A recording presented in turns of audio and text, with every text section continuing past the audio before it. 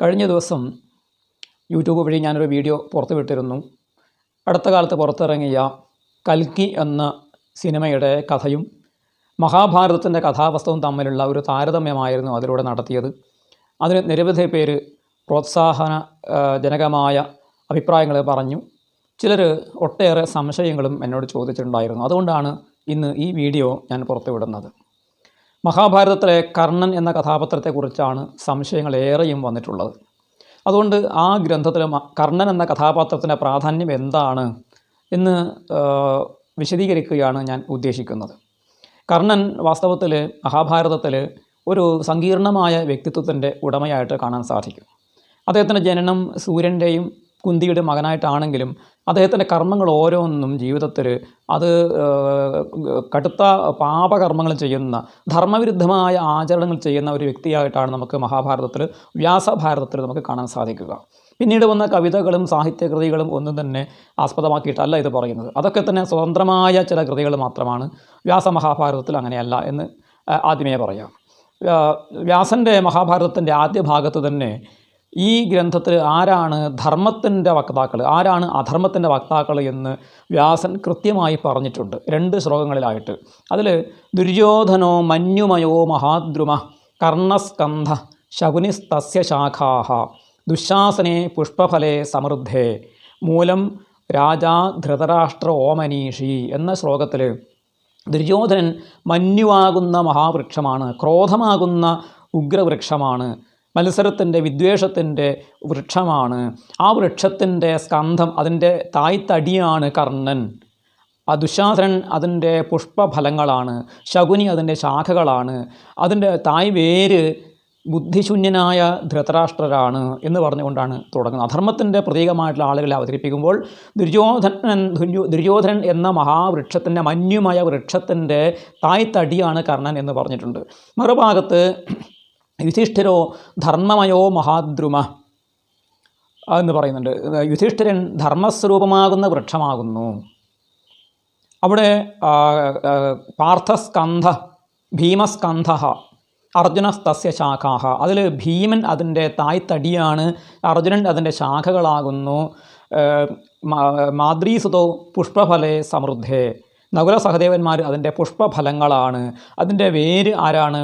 മൂലം കൃഷ്ണോ ബ്രഹ്മച ബ്രാഹ്മണാശ്ച, അതിൻ്റെ തായ് വേര് ശ്രീകൃഷ്ണനും വേദങ്ങളും ബ്രാഹ്മണരുമാണ് എന്ന് പറയുന്നു.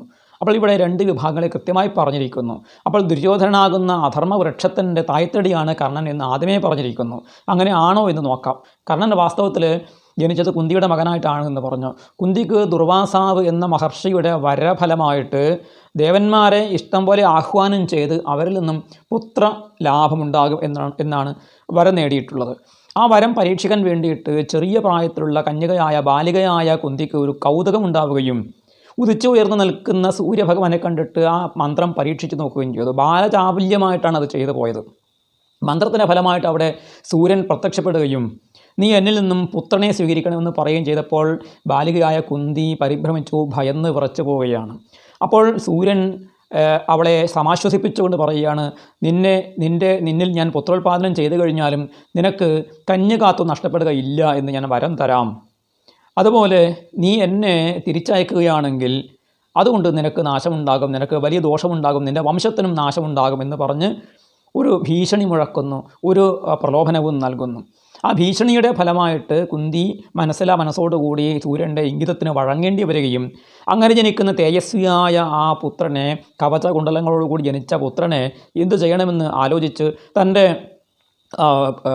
തനിക്ക് ശുശ്രൂഷ ചെയ്യുന്ന ധാത്രി, തൻ്റെ വളർത്തമ്മ അല്ലെങ്കിൽ തൻ്റെ വയറ്റാട്ടി എന്ന് പറയാം, അങ്ങനെയുള്ള ആ ദാസിയുമായി ആലോചിച്ച് ആ കുഞ്ഞിനെ ഒരു മനോഹരമായ ഒരു മഞ്ജൂഷ ഒരു പെട്ടിക്കകത്ത് അലങ്കരിച്ച് വളരെ സുഖമായി കിടത്തിയിട്ട് പെട്ടിയിൽ അത് വായുപ്രവാഹത്തിനൊക്കെ ഉള്ള അതിനുള്ള അവസരങ്ങളൊക്കെ കൊടുത്തുകൊണ്ടുള്ള ആ പെട്ടിയിലാക്കിയിട്ട് ആ കുഞ്ഞിനെ നദിയിൽ ഒഴുക്കുകയാണ് ചെയ്തത്.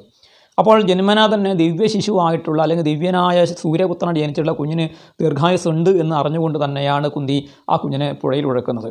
ആ കുഞ്ഞിനെയാണ് അധിരഥനും രാധയും ചേർന്ന് എടുത്ത് വളർത്തുന്നത്. ഇതാണ് കർണൻ്റെ ജനനം. കർണൻ ഇങ്ങനെ ജന്മനാ ഉപേക്ഷിക്കപ്പെട്ടത് കൊണ്ടാണ് അക്രമകാരികളെ കൂടെ ചേർന്നുകൊണ്ട് അധർമ്മം ചെയ്തത് എന്ന് ചില ആളുകൾ വ്യാഖ്യാനിച്ച് വരാറുണ്ട്. പക്ഷേ അങ്ങനെ അത് ശരിയാണോ? അനാഥനായി വളർന്ന ആളുകളൊക്കെ തന്നെ സമൂഹത്തിൽ തെമ്മാടികളായിട്ടും അല്ലെങ്കിൽ സമൂഹവിരുദ്ധരായിട്ടും ധർമ്മവിരുദ്ധരായിട്ടും വളരാറുണ്ടോ? അങ്ങനെ പറയുന്ന ഒരു വലിയ സമൂഹത്തെ നമ്മൾ അവഹേളിക്കലല്ലേ അങ്ങനെ പറയുന്നത്?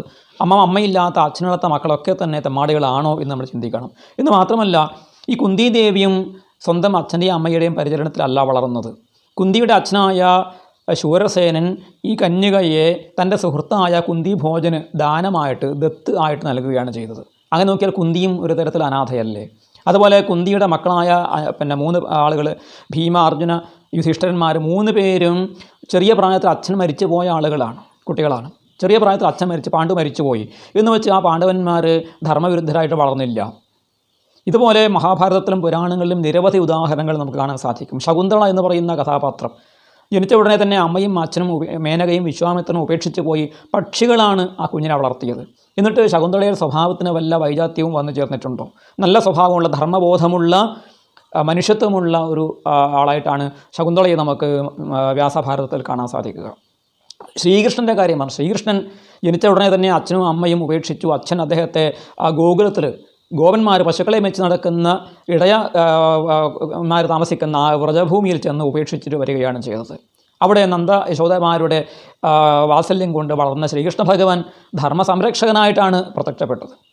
അപ്പോൾ അച്ഛനോ അമ്മയോ ഇല്ല, വളർത്താൻ ആളില്ലായിരുന്നു, വാത്സല്യം കിട്ടിയില്ല എന്നുള്ളത് കൊണ്ട് ആരും തന്നെ ധർമ്മ വിരോധികളായിട്ട് മാറാറില്ല എന്ന കാര്യം നമ്മൾ ചിന്തിക്കേണ്ടതുണ്ട്. അതാണ് കർണൻ്റെ സ്വഭാവത്തെക്കുറിച്ച് പറയുമ്പോൾ ഒരു കാര്യം പറയാനുള്ളത്. പിന്നെ കർണൻ എന്തിനു വേണ്ടിയിട്ടായിരുന്നു ഇവിടെ പാണ്ഡവന്മാരുമായിട്ട് ശത്രുത ഉണ്ടാക്കിയത്? തൻ്റെ സഹോദരന്മാരാണെന്ന് അറിഞ്ഞുകൊണ്ടല്ല, മറിച്ച് ദുര്യോധനനുമായിട്ടുള്ള സംഘം, ദുര്യോധനനുമായിട്ടുള്ള ആ മൈത്രി കൊണ്ട്, സൗഹൃദം കൊണ്ട് വന്നു ചേർന്നതും അർജുനൻ ഒരു വില്ലാളി വീരനായതുകൊണ്ട് അദ്ദേഹവുമായിട്ട് ഒരു മത്സരബുദ്ധി വെറുതെ ഉണ്ടായി എന്നാണ്.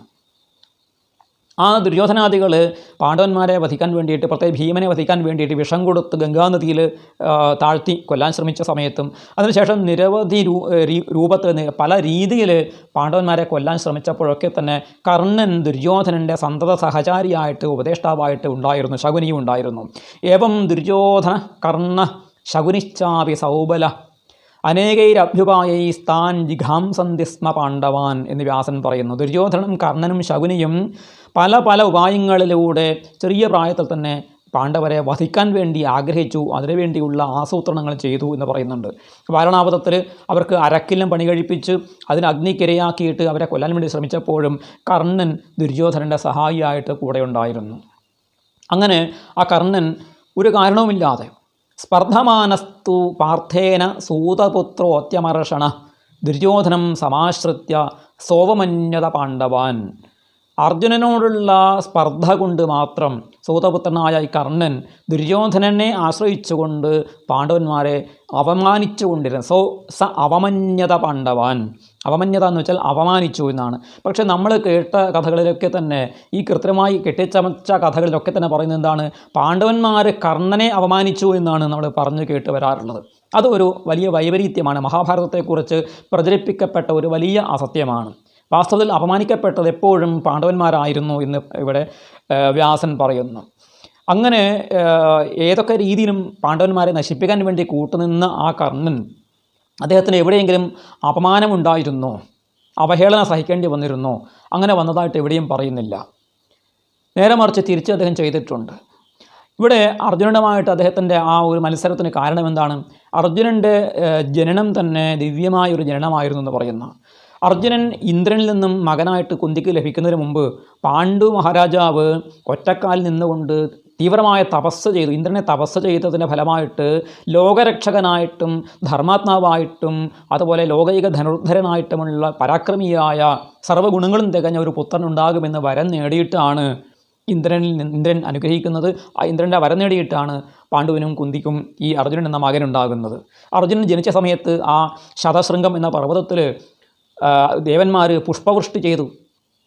ആ ദിവ്യ വാദ്യഘോഷങ്ങൾ, ആകാശത്തും ദുന്ദുഭിനാദമുണ്ടായി, പുഷ്പവൃഷ്ടി ഉണ്ടായി, അപ്സരസുകൾ നൃത്തം ചെയ്തു, പാട്ടുപാടി, ലോകം മുഴുവനും അതിൻ്റെ ഒരു ആഹ്ലാദ ആചരണമുണ്ടായി എന്നാണ് പറയുന്നത്. കാരണം ധർമ്മം രക്ഷിക്കാൻ വേണ്ടിയിട്ട് ജനിച്ച ആൾ എന്നാണ്. അശരീരി വാക്കുണ്ടായി. അതുകൊണ്ട് ദ്രോണാചാര്യരുടെ പ്രത്യേക വാത്സല്യം ഇല്ലെങ്കിൽ പോലും അർജുനൻ ലോകൈക ധനുർധരനായിട്ട് മാറുമായിരുന്നു. അർജുനൻ്റെ ഗുണഗണങ്ങൾ കണ്ടിട്ട് വിദ്യാഭ്യാസം കൊടുക്കാൻ വേണ്ടി ധനുർവിദ്യ പറഞ്ഞു കൊടുക്കാൻ വേണ്ടിയിട്ട് തുടങ്ങിയപ്പോൾ തന്നെ ദ്രോണാചാര്യർ ആ ശിഷ്യന്മാരോട് ആവശ്യപ്പെട്ടത്, എൻ്റെ മനസ്സിലുള്ള ഒരു ആഗ്രഹം നിങ്ങൾ സാധിപ്പിച്ചു തരുമോ, പ്രതിജ്ഞ ചെയ്യാൻ പറ്റുമോ എന്ന് ചോദിച്ചപ്പോൾ ആദ്യം മുന്നോട്ട് വന്ന് ഗുരുവിന് വേണ്ടി എന്ത് കാര്യം ചെയ്യാൻ ഞാൻ തയ്യാറാണ് എന്ന് പറഞ്ഞ ആ അർജുനൻ്റെ ധൈര്യവും ആത്മവിശ്വാസവും യുക്തിബോധവും ധർമ്മബോധവും കണ്ടിട്ടാണ് അർജുനൻ ഗുരുവിന് പ്രിയപ്പെട്ടവനായി തീർന്നത്. അവിടെ തൊട്ട് തന്നെ കർണന് അദ്ദേഹത്തോടുള്ള ഈ അസൂയ ആരംഭിക്കുകയും ചെയ്തു. കർണനെയും ദ്രോണാചാര്യർ സൂതപുത്രനാണെന്ന് കരുതിയിട്ട് പഠിപ്പിക്കാതിരുന്നില്ല, അദ്ദേഹത്തെയും അസ്ത്രവിദ്യ അദ്ദേഹം പഠിപ്പിക്കുകയും ചെയ്തു. ഇങ്ങനെ എല്ലാ തരത്തിലും കർണന് പാണ്ഡവന്മാർക്ക് കിട്ടുന്ന അതേ അംഗീകാരം കിട്ടിയിരുന്നു എന്ന് നമുക്ക് മനസ്സിലാക്കാൻ വേണ്ടി സാധിക്കും. തുടർന്നുള്ള കർണൻ്റെ ജീവിതത്തിലെ ചില പ്രധാന സംഭവങ്ങളെക്കുറിച്ച് അടുത്ത ഒരു എപ്പിസോഡിൽ ഞാൻ വ്യക്തമാക്കുന്നതാണ്.